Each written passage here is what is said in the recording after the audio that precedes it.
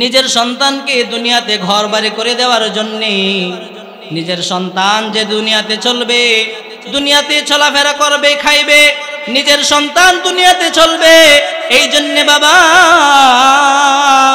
মাথার ঘাম পায়ে ফেলে সন্তানের জন্যে বাবা দুনিয়াতে কাজকর্ম করে।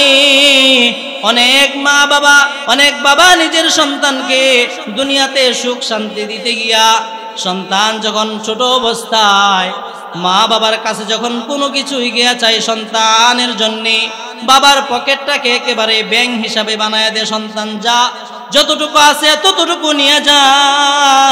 কিন্তু কিছু নাফরমান সন্তান এমন আছে, যেই নাফরমান সন্তান ছোটবেলায় বাবার পকেট থেকে অনেক টাকা পয়সা খরচ করার জন্য নিয়েছিল, ওই নাফরমান সন্তান যখন বড় হয়ে যায়, ঘরের মধ্যে যখন পুত্রবধূ আনার পরে ওই সন্তান ওই আবার মা বাবাকে, বিবির কথা শুনে মা বাবাকে নিজের ঘর থেকে তাড়া দেয়। এমনও কিছু নাফরমান দুনিয়ার জমিনে আছে। কেমন কপাল পোড়া নাফরমান সন্তান, যেই মা নিজের সন্তানকে পেটের মধ্যে ধারণ করছে, যেই বাবা সন্তানের মুখে হাসি ফোটানোর জন্য দুনিয়ার জমিনে নিজের মাথা থেকে নিজের মাথার ঘাম পায়ে ফেলে নিজের রক্তকে পানি করে নিজে সন্তানের জন্য অনেক কিছু করলো, শেষ পর্যন্ত কিছু নাফরমান সন্তান এমন আছে যে সন্তানরা নিজের বাবা নিজের মাকে ঘর থেকে বৃদ্ধাশ্রমে পাঠায় দেয়। এমন কুলাঙ্গার সন্তান আছে না নাই? আল্লাহুম্মা বারিক আলা মুহাম্মাদ ওয়া আলা আলি মুহাম্মাদ কামা বারাকতা আলা ইব্রাহিম ওয়া আলা আলি ইব্রাহিম ইন্নাকা হামিদুম মাজিদ। بلغ العلا بكماله كشف الدجى بجماله حسنت جميع خصاله صلوا عليه وآله لا إله إلا الله لا إله إلا الله لا إله إلا الله لا إله إلا الله। সকলে মোহাব্বতে لا إله إلا الله لا إله إلا الله। नफ्स और शैतान दोनों ने मिलकर हाय किया है मुझको तबाह। ऐ मेरे मौला मेरी मदद कर, चाहता हूँ मैं तेरी पनाह। इल्लल्लाह इल्लल्लाह इल्लल्लाह इल्लल्लाह इल्लल्लाह इल्लल्लाह अल्लाह अल्लाह अल्लाह अल्लाह अल्लाह अल्लाह अल्लाह अल्लाह अल्लाह अल्लाह अल्लाह ला इलाहा इल्लल्लाह मुहम्मदुर रसूलुल्लाह सल्लल्लाहु अलैहि वसल्लम। আলহামদুলিল্লাহ। ঐতিহ্যবাহী ব্রাহ্মণবাড়িয়া জেলার সদর থানার অন্তর্গত মোহাম্মদপুর শেখবাড়ি ও যুবকবৃন্দের শেখবাড়ি জামে মসজিদ ও যুবকবৃন্দের উদ্যোগে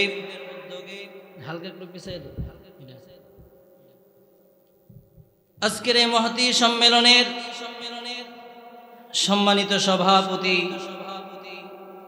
প্রধান অতিথি ও বিশেষ অতিথিবৃন্দ ও উপস্থিত আমার অত্যন্ত মহাব্বতের আমার প্রিয় মহল্লাবাসী, সর্বপ্রথম মহান আল্লাহ তাআলার দরবারে লাখ কোটি শুকরিয়া আদায় করি যে মহান রব্বুল আলামিন আল্লাহ তাআলা আমাদেরকে এই জান্নাতের বাগানে আসার বসার, কিছু কথা আমাকে বলার, আপনাদেরকে শ্রবণ করার, এবং যেই সমস্ত ভাইয়েরা সুন্দর এক আয়োজন করে দিয়েছেন, এজন্য আল্লাহ তাআলার দরবারে সকলেই শুকরিয়া আদায় করি, সকলেই পড়ি আলহামদুলিল্লাহ। আমি দীর্ঘায় কোনো লম্বা করব না বয়ান।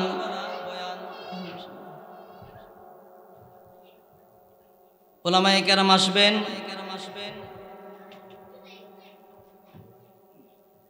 কথা বলবেন। আমি অল্প সময় একটু ইমাম সাহেব হিসেবে বসলাম, ভূমিকা ছাড়াই আমি আলোচনার মধ্যে ঢুকতে চাই।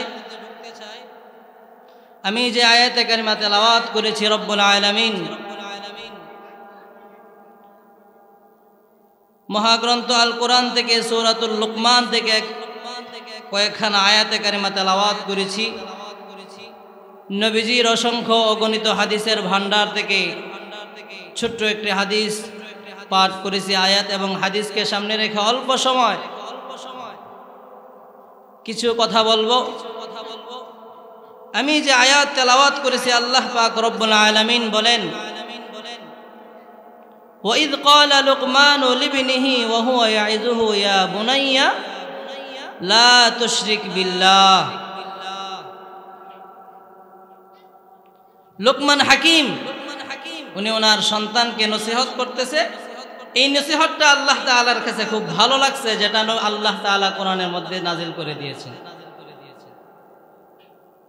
এখান থেকে শিক্ষণীয় বিষয়, আল্লাহ তাআলা নিজেই বলতেছেন, লুকমান হাকিম তার সন্তানকে বলতেছে, হে আমার সন্তান, ইয়া বুনাইয়া লা তুশরিক বিল্লাহ, হে আমার সন্তান, এক আল্লাহর সাথে তোমরা কাউকে শরীক করিও না, অংশীদার করিও না। ইন্নাশ শিরকা লাযুলমুন আযীম, নামাজ না পড়লে আল্লাহ তাআলা ক্ষমা করতে পারে, গুনাহের কাজ করলে আল্লাহ তাআলা ক্ষমা করতে পারে। যে শিরিক তুমি যদি করো, এই শিরিক আল্লাহ তাআলা, শিরিকের গুনাহ আল্লাহ তাআলা সহজে মাফ করে না, এটা অনেক বড় জুলুম। এরপরে আল্লাহ তাআলা আয়াতে আল্লাহ তাআলা বলেন, ওয়াসাইনাল ইনসানা বিওয়ালিদাইহি হামালাতহু উম্মুহু ওয়াহনান আলা ওয়াহন। দ্বিতীয় নম্বরে আল্লাহ তাআলা বলেন, এক নাম্বার তো কর্মসূচি, আমি আল্লাহ তাআলার সাথে তোমরা কাউকে শরীক করিও না। একজন আল্লাহ তাআলার কাছেই চাও। এজন্যই আমরা যখন সর্বপ্রথম যখন নামাজের মধ্যে সূরাতুল ফাতিহা যখন আমরা তেলাওয়াত করি, সূরাতুল ফাতিহার মধ্যে সকলেই আমরা পড়ি, ইয়াকা না'বুদু ওয়া ইয়াকা নাস্তাঈন, ইয়াকা না'বুদু ওয়া ইয়াকা নাস্তাঈন রব্বুল আলামিন। আমরা যা কিছুই চাই আল্লাহ তাআলার কাছে চাই। এক নাম্বার ইয়াকা না'বুদু, আমরা আপনার ইবাদত বন্দেগী করি, ওয়া ইয়াকা নাস্তাঈন, এবং আমরা তোমারই কাছে সাহায্য প্রার্থনা করি। বান্দা বিপদ আপদে পড়বে, সাহায্য প্রার্থনা করবে আল্লাহ তাআলার কাছে। সন্তান হয় না, সন্তান না হওয়ার কারণে বান্দা আল্লাহ তাআলার কাছে চাইবে। মানুষটার বিপদ আপদ লেগে আছে, সে আল্লাহ তাআলার কাছে চাইবে। বিপদ আপদ, বালা মুসিবত, রোগ শোক, যত ধরনের যা কিছু আছে সব কিছু থেকে, সব কিছুর কাছে না আল্লাহ তাআলার কাছে বান্দা চাইবে। কারণে আমরা নামাজের শুরুতে বলি, ইয়াকা না'বুদু ওয়া ইয়াকা নাস্তাঈন, হে আল্লাহ আমরা আপনারই ইবাদত করি, আপনার কাছেই সাহায্য প্রার্থনা করি। এটা আল্লাহ তাআলাও বলতেছেন, লা তুশরিক বিল্লাহ ইন্নাশ শিরকা লাযুলমুন আযীম, তোমরা কখনোই শিরিক করিও না, কারণ শিরিক অংশীদার করা আল্লাহ তাআলার কাছে। আল্লাহ তাআলা একত্ববাদের স্বীকৃতি না দিয়ে পাশাপাশি অন্যজনকেও খোদা মানা, বিভিন্ন দেবদেবীকে খোদা মানা, অথবা বিভিন্ন মানুষের কাছে গিয়ে চাওয়া না, একমাত্র কেবলমাত্র কার কাছে চাইতে হবে? আল্লাহ তাআলার কাছে। ওয়াসাইনাল ইনসানা বিওয়ালিদাইহি হামালাতহু উম্মুহু ওয়াহনান আলা ওয়াহনিন ওয়া ফিসালুহু ফি আমাইন। এরপরে রব্বুল আলামিন আল্লাহ তাআলা বলতেছেন, দ্বিতীয় নম্বরে তোমরা মা বাবার খেদমত করো। মা বাবা খুবই দুর্বল, মা বাবা নিজেই সন্তানের কাছে নিজের খেদমতের জন্য বলতে পারে না। এজন্য আল্লাহ তাআলা মা বাবার পক্ষ হইয়া আল্লাহ কোরআনের মধ্যে অনেকগুলো আয়াত আল্লাহ তাআলা নাজিল করে বুঝাই দিয়েছে যে দেখো, আমি আল্লাহর ইবাদত করবা, আমি আল্লাহ তাআলার সাথে কাউকে শরীক করবা না। দুই নম্বরে তোমরা একমাত্র মা বাবার খেদমত করবা, কারণ মা বাবা এমন একজন মানুষ যেই মা যেই বাবা তোমাকে আমাকে দুনিয়ার চেহারা দেখাইতে গিয়ে, দুনিয়ার মুখ দেখাইতে গিয়ে অনেক কষ্ট অনেক ক্লেশ বিসর্জন দিয়েছে। ও বন্ধু, ও ভাই, ও মুরব্বী বাবা, পর্দার অন্তরালের মা, তুমি আমি যখন দুনিয়াতে চলে আসব, কেন মা বাবার খেদমত করব বোঝাবার জন্য বলি।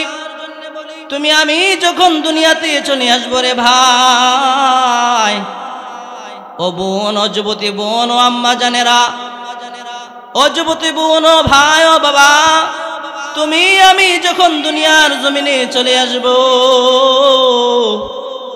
দীর্ঘদিন পর্যন্ত মা তোমাকে আমাকে পেটের মধ্যে ধারণ করেছে, পেটের মধ্যে নিয়ে তোমাকে আমাকে চলাফেরা করছে। তুমি একটু পরীক্ষা করে দেখো, তোমার পেটের মধ্যে একটা ইট বাইদা তুমি দেখো তুমি কতক্ষণ চলতে পারো। তুমি তোমার পেটের মধ্যে যদি একটা ইট যদি তুমি বেঁধে রাখো, পাথর যদি তুমি বেঁধে রাখো, 5 কেজি ওজনের, 1.5 কেজি ওজনের, 2 কেজি ওজনের কোনো জিনিস তুমি যদি তোমার পেটের মধ্যে বেঁধে রাখো, তাহলে তুমি বুঝতে পারবা কত কষ্টের। কিন্তু ইট তো বাহিরে, পাথর তো বাহিরে, তোমাকে আমাকে তোমার মা তোমাকে আমাকে পেটের মধ্যে নিছে, তুমি আমি পেটের মধ্যে নড়াচড়া করছি। পেটের মধ্যে নড়াচড়া করার কারণে মার ব্যথা, বিশেষ করে তুমি আমি প্রত্যেকটা সন্তান যখন দুনিয়ার জমিনে চলে আসবে, দুনিয়াতে আসার আগের দিনও প্রত্যেকটা সন্তান নিজের মায়ের পেটের মধ্যে একটা লাথি মারছে।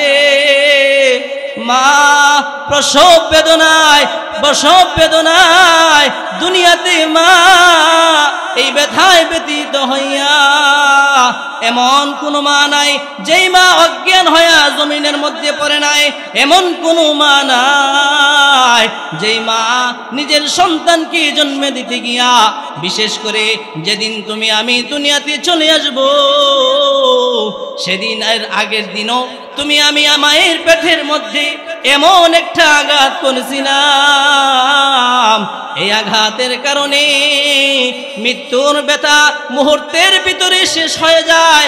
মানুষের যখন সাকরাত শুরু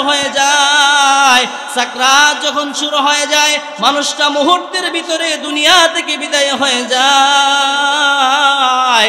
তোমার আমার যখন শরীরের মধ্যে আঘাত লাগে, ও যুবক ভাই, ও মুরব্বী বাবা, তুমি আমি যখন শরীরের মধ্যে আঘাত প্রাপ্ত হয়, এই ব্যথাটা নিরাময়ের জন্য ডাক্তারের দোকানের মধ্যে ঔষধ আছে, ডাক্তারের দোকানের মধ্যে ফার্মেসির মধ্যে ঔষধ আছে। কিন্তু প্রসব বেদনা এমন একটা ব্যথা, যেই ব্যথা মুহূর্তের ভেতরে শেষ হয় না, যেই ব্যথায় ব্যতীত হয়ে কত মা নিজের সন্তানকে জন্ম দিতে গিয়া দুনিয়ার মায়া ত্যাগ করে। আবার কত মাকে এমন বলা হয় যে তোমার সন্তান হয়তো বাঁচবে অথবা না হয় তুমি বাঁচবা। স্বামীর কাছে গিয়ে বলা হয় তোমার সন্তানের মুখ তুমি যদি দেখতে চাও রে মা, ও বাবা, তুমি যদি তোমার সন্তানের মুখ দুনিয়াতে দেখতে চাও, তাহলে তোমার সন্তানের মুখ দেখতে গিয়ে তোমার বিবি দুনিয়া থেকে বিদায় হয়ে যাবে, অথবা তোমার সন্তান দুনিয়ার জমিন থেকে বিদায় হয়ে যাবে। হয়তো স্বামী বলতেছে, ডাক্তার বলতেছে হয়তো তোমার সন্তান দুনিয়া থেকে বিদায় হয়ে যাবে, অথবা তোমার স্ত্রী দুনিয়া থেকে বিদায় হয়ে যাবে। স্বামীর কাছে বললেও স্বামী নিরুপায়। যখন আবার মায়ের কাছে গিয়ে বলা হয়, ডাক্তাররা যখন গিয়ে বলে আপনার সিজারের অবস্থা খুব করুণ অবস্থা, আপনাকে যদি অপারেশন করা হয় হয়তো আপনার সন্তান দুনিয়া থেকে বিদায় হবে, না হয় আপনি দুনিয়া থেকে বিদায় হয়ে যাবেন, তখনও একজন মা ডাক্তারকে ডেকে ডেকে বলে, ও ডাক্তার শুনো, আমি যদিও দুনিয়া থেকে বিদায় হয়ে যাই, আমি দুনিয়া থেকে বিদায় হতে রাজি আছি, কিন্তু তুমি আমার সন্তানকে, আমার সন্তান যেন কোনো কষ্ট না হয়, আমার সন্তান যেন কখনো কোনো ব্যথা না হয়, কষ্ট না হয়, এ কারণে তুমি শুনো, আমি দুনিয়া থেকে বিদায় হতে রাজি আছি, তাহলে তারপরেও আমি আমার সন্তানকে কখনো দুনিয়ার মুখ না দেখাইয়া পারি না।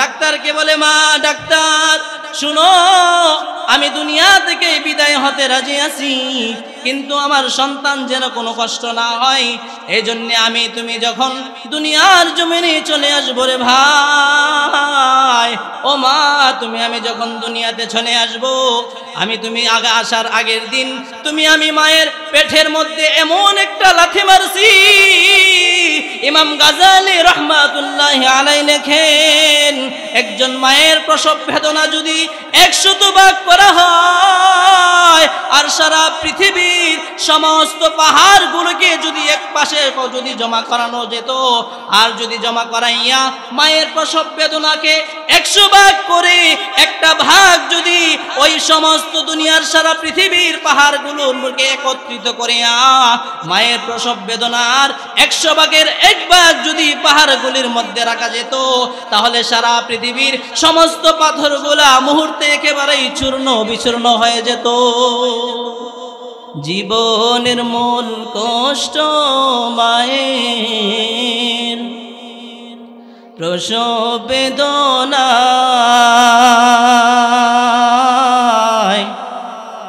সাত আসমান সাত জমিন তখন মায়েরই মাথায়। জীবনের মূল কষ্ট মায়ের প্রসব বেদনা,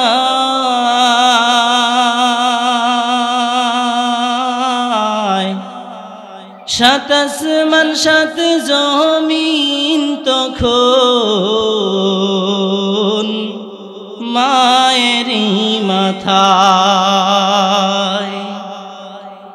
এমন মাকে কেমনে আজি, এমন মাকে কেমনে আজি যাব আমি ভুলিয়া। ও আমার প্রাণের মা, মা গো মা, কোথায় গেলে মোরে ছাড়িয়া। জনম দুঃখী এতিম আমি, চাই না কেহ ফিরিয়া। মা গো মা, ও গো মা, কোথায় গেলে মোরে ছাড়িয়া। জনম দুঃখী এতিম আমি, চাই না কেহ ফিরিয়া। আমি যখন ছিলাম আমার মায়েরই উদরে,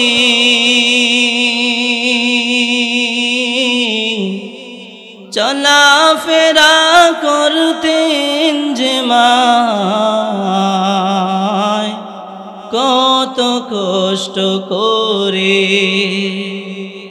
আমি যখন ছিলাম আমার মায়ের উদরে, চলাফেরা করতেন যে মা কত কষ্ট করে, আমার সুন্দর মুখ দেখে মায়ের ব্যথা যায় যে হাসায়া, ও আমার প্রাণের মা, মা গো মা কোথায় গেলে মোরে ছাড়িয়া, জনম দুঃখী এতিম আমি চাই না কে হো ফিরিয়া, মা গো মা, ও গো মা কোথায় গেলে মোরে ছাড়িয়া, জনম দুঃখী এতিম আমি চাই না কে হো ফিরিয়া। তোমার আমার মা আমি, তুমি যখন দুনিয়াতে চলে আসবো রে ভাই, তুমি আমি মায়ের পেটের মধ্যে এমন একটা লাথি দিয়েছিলাম, যেই লাথির কারণে পৃথিবীর এমন কোনো মা নাই যে মা অজ্ঞান হয়ে দুনিয়ার জমিনে পড়ে নাই। তুমি তোমার মাকে গিয়ে জিজ্ঞেস কইরা দেখো, তোমার মা এই কথা বলার সাথে সাথে চোখের পানি ফেলে দিবে রে ভাই। আজকে মায়ের কথা তুমি আমি শুনতে চাই না।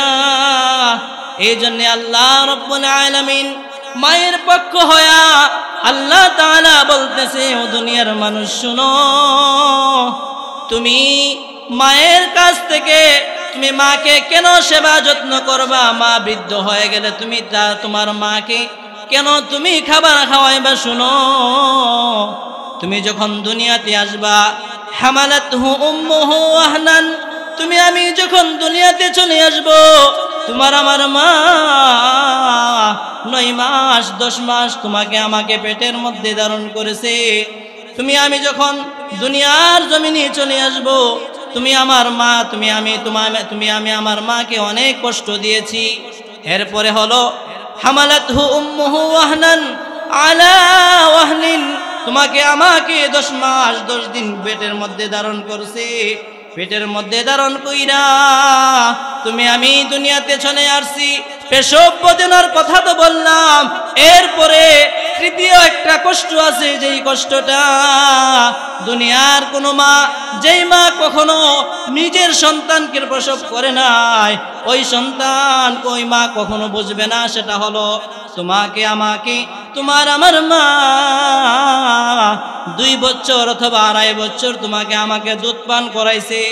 দুধ পান করানোর কষ্টটা, এটা যেই মা নিজে সন্তান প্রসব করে নাই, নিজে সন্তান জন্ম দেয় নাই, এই কষ্ট ওই মহিলা কখনো বুঝবে না। যেই মা নিজের সন্তানকে 2-2.5 বছর দুধ পান করাইছে, মা তোমাকে আমাকে এই 3টা কষ্ট সহ্য করেছে। এই জন্য নবীজির কাছেও একজন সাহাবী গিয়ে বলতেছে, ও কার খেদমত সবচেয়ে বেশি করব? নবীজি প্রথমে বলতেছে উম্মুকা, তোমার মা। দ্বিতীয়বার আবার বলতেছে, ও নবীজি আমি কার খেদমত করব? নবীজি বলতেছে উম্মুকা, তোমার মা। আবার সাহাবী জিজ্ঞাসা করছে, ও নবীজি আমি কার খেদমত করব? নবীজি তৃতীয়বারও সাহাবীর প্রশ্নে বলতেছে, শোনো উম্মুকা, তোমার মা, তুমি তোমার মায়ের খেদমত করবা, তুমি তোমার মায়ের কথা। নবীজি 3 বার কেন বললেন? এই 3 বার কথার কারণ এটাই, দুনিয়াতে আমি দুনিয়াতে চলে আসব, আমি তোমাকে তোমার মা 9 মাস অথবা 10 মাস পেটের মধ্যে ধারণ করছে। দুই নাম্বার কষ্ট প্রসব বেদনা, যেই প্রসব বেদনার কোনো তুলনা নাই। মৃত্যুর কষ্ট মুহূর্তের ভেতরে শেষ হয়ে যায়, কিন্তু প্রসব বেদনা মৃত্যুর কাছাকাছি হয়েও প্রসব বেদনা মুহূর্তের ভেতরে শেষ হয় না। তিন নাম্বার হইতেছে তোমাকে আমাকে, তোমার আমার আম্মা জান তোমাকে আমাকে 2 বছর অথবা 2.5 বছর তোমাকে আমাকে দুধ পান করাইছে। এই 3টা কষ্ট তোমার আমার মা দুনিয়াতে করেছে, করার কারণে আল্লাহর নবী বলেন 4th নম্বরে যখন সাহাবে আবার জিজ্ঞাসা করছে, ওগো আল্লাহর নবী আমি দুনিয়াতে কার খেদমত করব? সাহাবীকে যখন এই প্রশ্ন করছে সাহাবী নবীজিকে, নবীজি 4th বার বলতেছে একবার তোমার বাবা, 3 বার বলছেন তোমার মা। এরপরে বাবা বলার কারণ কি? বলতেছে তোমার আমার মা দুনিয়াতে 3টা কষ্ট সহ্য করেছে, এরপরে তুমি তোমার বাবার খেদমত করবা। তাইলে এর তাকে কি বুঝলেন? বাবার কি কোনো অবদান নাই? অবশ্যই আছে। একজন মা নিজের সন্তানকে দুনিয়ার জমিনে প্রসব করার পরে একজন বাবা নিজের সন্তানকে খাওয়ানোর জন্য, নিজের সন্তানকে দুনিয়াতে ঘর বাড়ি করে দেওয়ার জন্য, নিজের সন্তান যে দুনিয়াতে চলবে, দুনিয়াতে চলাফেরা করবে, খাইবে, নিজের সন্তান দুনিয়াতে চলবে, এই জন্য বাবা মাথার গাম পায়ে ফেলে সন্তানের জন্য বাবা দুনিয়াতে কাজকর্ম করে। অনেক মা বাবা, অনেক বাবা নিজের সন্তানকে দুনিয়াতে সুখ শান্তি দিতে গিয়া সন্তান যখন ছোট অবস্থায় মা বাবার কাছে যখন কোনো কিছু গিয়া চাই সন্তানের জন্য, বাবার পকেটটাকে একেবারে ব্যাংক হিসাবে বানায় দেয়, সন্তান যা যতটুকু আছে ততটুকু নিয়ে যা। কিন্তু কিছু নাফরমান সন্তান এমন আছে, যেই নাফরমান সন্তান ছোটবেলায় বাবার পকেট থেকে অনেক টাকা পয়সা খরচ করার জন্য নিয়েছিল, ওই নাফরমান সন্তান যখন বড় হয়ে যায়, ঘরের মধ্যে যখন পুত্রবধূ আনার পরে ওই সন্তান ওই আবার মা বাবাকে, বিবির কথা শুনে মা বাবাকে নিজের ঘর থেকে তাড়া দেয়। এমনও কিছু নাফরমান দুনিয়ার জমিনে আছে। কেমন কপাল পোড়া নাফরমান সন্তান, যেই মা নিজের সন্তানকে পেটের মধ্যে ধারণ করছে, যেই বাবা সন্তানের মুখে হাসি ফোটানোর জন্য দুনিয়ার জমিনে নিজের মাথা থেকে নিজের মাথার ঘাম পায়ে ফেলে নিজের রক্তকে পানি করে নিজে সন্তানের জন্য অনেক কিছু করলো, শেষ পর্যন্ত কিছু নাফরমান সন্তান এমন আছে যে সন্তানরা নিজের বাবা নিজের মাকে ঘর থেকে বৃদ্ধাশ্রমে পাঠায় দেয়। এমন কুলাঙ্গার সন্তান আছে না নাই? নাই, হয়তো এদিকে না থাকতে পারে, অনেক জায়গায় আছে। নিজের সন্তান মা বাবাকে বৃদ্ধাশ্রমে রাখা আসে।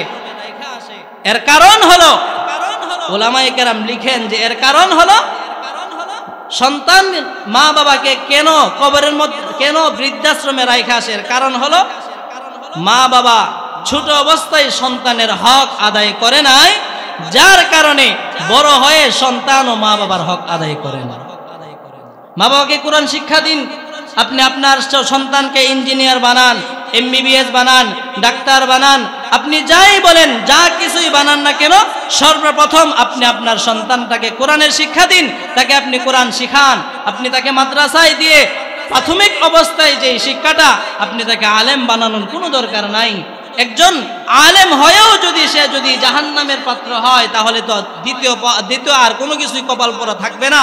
এখানে আলেম হইলেই যে জান্নাতে যাবে বিষয়টা এরকম না।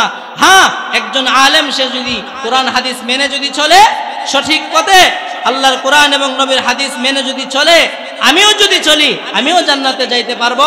আমিও যদি কোরআন হাদিস যদি না মানি, আমি নিজেও জাহান্নামের ইন্ধন হতে পারি। এজন্যে সন্তানকে সর্বপ্রথম কোরআনের শিক্ষা দেওয়া। আপনি যাই বানান প্রাথমিক অবস্থায়, আগে আমরা দেখছি, আমরা যখন মক্তবে পড়তাম তখন নিজের সন্তানদেরকে মা বাবা খুব আদর স্নেহ করে। আমরাও গেছি মক্তবে, আজকে থেকে প্রায় 15, 16, 17 বছর আগের কথা। কিন্তু এখন দেখা যায় এমন অবস্থা বের হয়েছে, কিন্ডারগার্টেনের মধ্যে সকালবেলা তাকে নিয়ে পাঠানোর জন্য প্রস্তুত আছে, কিন্তু সকালবেলা মক্তবে পাঠাইবে, এটার জন্য মা বাবা প্রস্তুত না। এমন নাই? অনেক আছে, আপনারা বলেন আর না বলেন, এমন মা বাবা অনেক আছে। কেন? আপনি আপনার সন্তানটাকে প্রাথমিক অবস্থায় একটু আরবি শিক্ষা দেন, না বলে হুজুর আমার ছেলেটা কিন্ডারগার্টেনে যাবে, ব্রাহ্মণবাড়িয়া তাকে যেতে হবে, আমার সন্তানটাকে 1 ঘন্টা আগে আপনি ছুটি দিয়ে দেন। এটাকে প্রাধান্য দেয় নাই, ওইটাকে প্রাধান্য দিছে। তো এই উম্মতের উপরে দুর্গতি আসবে না তো কাদের উপরে আসবে বলেন? এগুলা আমাদের চিন্তা ফিকির করা যদি করতে পারি, তাহলে আমি আমার সন্তানকে যদি কোরআনের শিক্ষায় যদি শিক্ষিত যদি করতে পারি, তাহলে আমার সন্তান আমার হক যতটুকু আছে আদায় করবে। আর আমি যদি আদায় যদি করতে পারি আমার সন্তানের হক, তাহলে আমার সন্তান সর্বশেষ মুহূর্তে আমাকে অবশ্যই তো বৃদ্ধাশ্রমে রাখবে, আর কোথায় রাখবে? আবার অনেক সন্তান এমনও আছে আলহামদুলিল্লাহ, যেই সন্তান মা বাবার সুখের কারো সুখে দুঃখে সর্বহালতে মা বাবার খোঁজ খবর রাখে।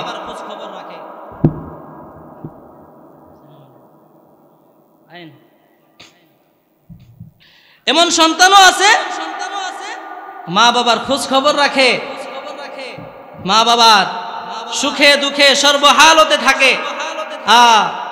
আজকে আমার মা দুনিয়াতে বেঁচে আছে, আমার বাবা দুনিয়াতে বেঁচে আছে, এই নিয়ামতের কদর আমি করলাম না। ভাই, ও যুবক ভাই, ও বোন, তুমি বলো না, যেদিন তোমার মা দুনিয়া থেকে বিদায় হয়ে যাবে, যেদিন আমার মা দুনিয়া থেকে বিদায় হয়ে যাবে, জিজ্ঞাসা করে দেখো যাদের মা যাদের বাবা দুনিয়াতে নাই, তারা কত অবস্থায় আছে। কত মানুষ দুনিয়াতে চলাফেরা করে কিন্তু নিজের মার চেহারাটা দেখে না, নিজের বাবার চেহারাটা দেখে না। না দেখার কারণ কি? মা দুনিয়া থেকে বিদায় হয়ে গেছে। তুমি আজকে তোমার স্ত্রী মৃত্যুবরণ করছে, দ্বিতীয়বার তুমি বিবাহ করতে পারবে এমন অবস্থা তোমার থাকতে পারে, কিন্তু মা যখন দুনিয়া থেকে বিদায় হয়ে গেল রে ভাই, এই মা যে কি নিয়ামত এখন এটা আর বুঝে যাবে না যখন তুমি আমি আমার মা। এমনও সন্তান আছে যে সন্তান নিজের মাকে নিজ হাতে দাফন করছে। এমন বাবা নিজ হাতে নিজের বাবাকে, এমন সন্তান আছে কবরের মধ্যে দাফন করছে, করার পরে দুনিয়াতে চলে আসছে, কিন্তু একদিনও মা বাবার একটু কথাও মনে হয় না, মা বাবার জন্য একটু দোয়াও করে না, মা বাবার জন্য একটু খতমেও করে না। এই নিজেই চলতেছে, বাস নিজেই একেবারে গাফেল, মা বাবার খবর কি রাখবে? না, মা বাবা আমাকে অনেক ধন সম্পদের জায়গা জমি দিয়া গেছে, যেগুলোর মালিক এখন আমি আছি, কোটি কোটি টাকার সম্পদ, এগুলো তো আমার ছিল না, এগুলো আমার মা বাবার ছিল। এমন একটা দিন আসবে, সেদিন আমি এই বাড়িতে থাকবো না, আমার পরবর্তী জেনারেশন এখানে আসবে, আবার তাদের পরে তারা আসবে, অর্থাৎ দুনিয়াতে কেউ থাকবে না, থাকতে পারবে না। এজন্য মা বাবা দুনিয়া যে যতদিন আছে, যতটুকু সম্ভব হয়, যতটুকু যেই কথাগুলি বললাম, আমি নিজেকেই ওয়াজ করতেছি, এখানে যারা আছেন, আমি আপনাদেরকে ওয়াজ করার যোগ্যতা আমি রাখি না, সেই যোগ্যতা আমার কখনোই নাই। আমার দুই পাশে অনেক বড় বড় ওলামায়ে কেরামও বসে আছেন, এই যোগ্যতা আমার নাই ওনাদেরকে সামনে বসে কথা বলার। এরপরে ওই ইমাম সাহেব হিসেবে অল্প সময় একটু বসলাম। বিশেষ করে এই মাহফিল যুবক ভাইয়েরা, প্রবাসী ভাইয়েরা অনেক কষ্ট করে, মুরব্বী বাবারা, প্রত্যেকটা মানুষই আলহামদুলিল্লাহ এই মাহফিল সাজাইতে গিয়ে অনেক কষ্ট করছে, যাদের বিনিময়ে আমি দিতে পারবো না, এই বিনিময়ে কেবলমাত্র আল্লাহ তাআলাই দিবেন। যারা এই অক্লান্ত পরিশ্রম করে এই মেহনত